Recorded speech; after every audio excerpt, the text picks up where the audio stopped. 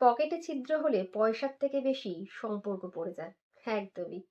খুব সুন্দর একটি ছোট্ট শিক্ষামূলক গল্প। অবশ্যই শুনবেন। ছেলের চাকরি পাওয়ার খুশিতে বাবা ভীষণই আনন্দিত।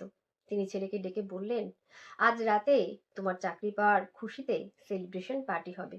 তুমি সমস্ত আত্মীয় স্বজন, কাছের বন্ধু বান্ধবদের ফোনে ইনভাইট করে দাও। ছেলে মাথা নাড়লেন। রাতে যথারীতি সেলিব্রেশন পার্টির আয়োজন হলো। হাতে গোনা মাত্র দু চারজন আত্মীয় স্বজন, বন্ধু বান্ধব উপস্থিত হলেন। বাবা অবাক হয়ে ছেলেকে বললেন, এ কি, মাত্র এই কয়জন মানুষ?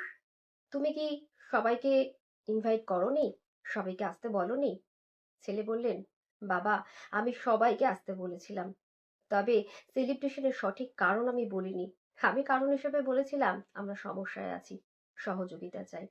হ্যাঁ বাবা, যারা এসেছেন তারাই আমাদের প্রকৃত বন্ধু, আত্মীয়। আমরা তাদের নিয়েই সেলিব্রেশন পার্টি করব। হ্যাঁ বন্ধুরা, একদমই। অসময়ে আপনার সাহায্যে বা যারা দেন তারাই আপনার প্রকৃত বন্ধু, আত্মীয়। বন্ধু বা শুভাকাঙ্ক্ষী চিনতে হলে সুসময়ে নয়, তাদের আপনার অসময়ে ডাকুন।